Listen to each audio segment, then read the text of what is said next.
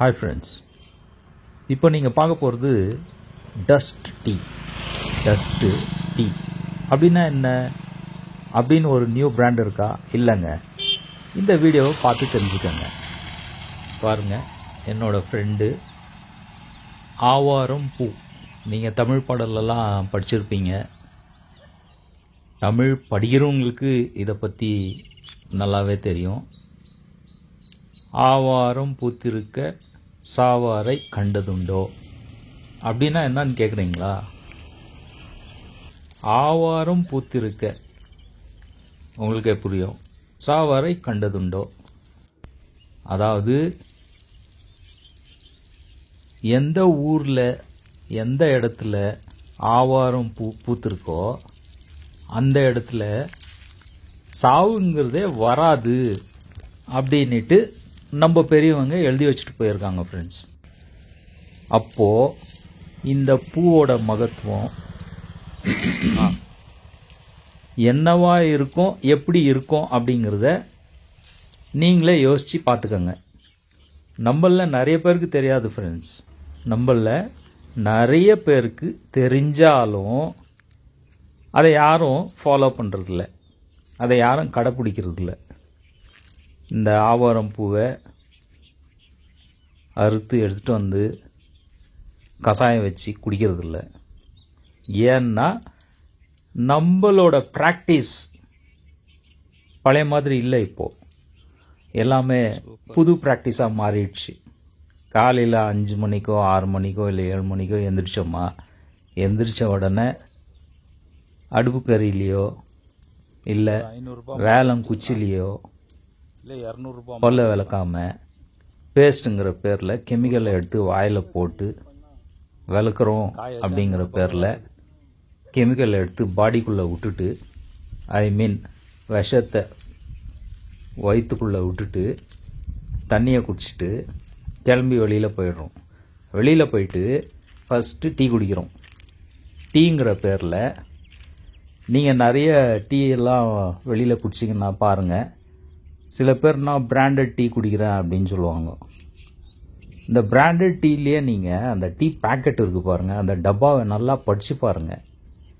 இப்போது இந்த வீடியோ பார்த்ததுக்கப்புறம் தயவுசெய்து எங்கே போனாலும் யார் எந்த டீ போடுறாங்கன்றத பார்த்துட்டு டீயை வாங்கி குடிங்க. பெரிய பெரிய கம்பெனி பிராண்ட், நல்ல நல்ல பிராண்டில் கூட அவங்க பிராண்டை போட்டுட்டு அது கீழே ஒரு வார்த்தையை போட்டிருப்பாங்க, டஸ்ட் டீ அப்படின்னு போட்டிருப்பாங்க. நான் இப்போ அந்த பிராண்ட் பேரெல்லாம் இதில் சொல்ல விருப்பப்படல ஃப்ரெண்ட்ஸ். மேலே பிராண்ட் இருக்கும், அது கீழே டஸ்ட் டீன்னு போட்டிருப்பாங்க. டஸ்ட் டீனா என்னங்க? டஸ்ட்டுனா என்னங்க? டஸ்ட்டுனா நான் சொல்ல வேண்டியதே தேவையில்லை, எல்லாருக்குமே தெரியும். டீ பவுடரில் குவாலிட்டி 1, குவாலிட்டி 2, குவாலிட்டி 3 இப்படி குவாலிட்டி 1ங்கிறத ஃபாரினுக்கு அனுப்பிடுறாங்க. அதில் டஸ்ட் டீ அப்படி வராது. பிராண்ட் நேமை போட்டு டீ பவுடர்னு போட்டிருப்பாங்க. குவாலிட்டி 2, குவாலிட்டி 3ல் டஸ்ட் டீன்னு வரும். அது தான் இப்போ நம்ம ஊரில் எல்லாரும் பயன்படுத்துகிறாங்க. டஸ்ட் டீயை தான் நாம் குடிச்சிக்கிட்டு இருக்கோம். தயவுசெய்து நான் சொல்கிறத கொஞ்சம் ஸ்ட்ராங்காக கேளுங்க ஃப்ரெண்ட்ஸ். நீங்கள் எப்படியாப்பட்ட பிராண்டு டீ பவுடர் வாங்கினாலும் சரி, இல்லை இங்கேருந்து நீங்கள் கிளம்பி போய் நீலகிரிஸில் போய் டீ பவுடர் வாங்கிட்டு வந்தாலும் சரி, அந்த பேக்கெட்டில் படித்து பாருங்கள். அவங்க கம்பெனி பிராண்ட் பேரை போட்டுட்டு அது கீழே டஸ்ட் டீன்னு தான் போட்டிருப்பாங்க.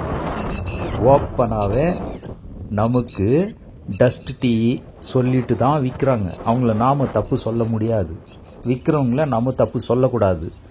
நமக்கு நம்ம சுய புத்தி எங்கே போச்சு நாம் யோசிக்கணும். நாம் வாங்கிறதுக்கு முன்னாடி அந்த டீ பேக்கெட்டை பார்க்கணும்.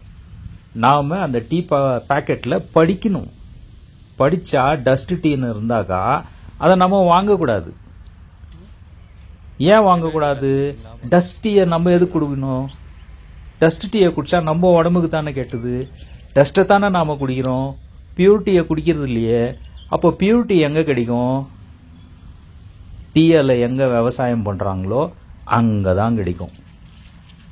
யாரெல்லாம் டீ குடிக்கணும்னு நினைக்கிறீங்களோ இனிமே டீ இலை எங்கே விவசாயம் பண்ணுறாங்களோ அங்கே போய் டீ இலையை வாங்கிட்டு வந்து ஃப்ரெஷ்ஷாக போட்டு டீ குடிச்சிங்கன்னா உடம்புக்கு நல்லது. அதை விட்டுட்டு கண்ட இடத்துல கண்ட கடையில் கண்ட ஊரில் கண்டவங்க கிட்ட டீயை வாங்கி குடிச்சிங்க அப்படின்னா அது டஸ்ட் டீ. டஸ்ட் டீயை தான் நீங்கள் வாங்கி வயிற்றுக்குள்ளார விடுறீங்க. இது நல்லதா கெட்டதா நான் சொல்லி உங்களுக்கு புரிய வேண்டியதில்லை, உங்களுக்கே நல்லா புரியும். நான் இப்போ என்ன சொல்ல வரேன்னா, நீங்கள் ஏன் காசை கொடுத்து டயத்தை வேஸ்ட் பண்ணி டஸ்ட் டீயை வாங்கி குடிச்சு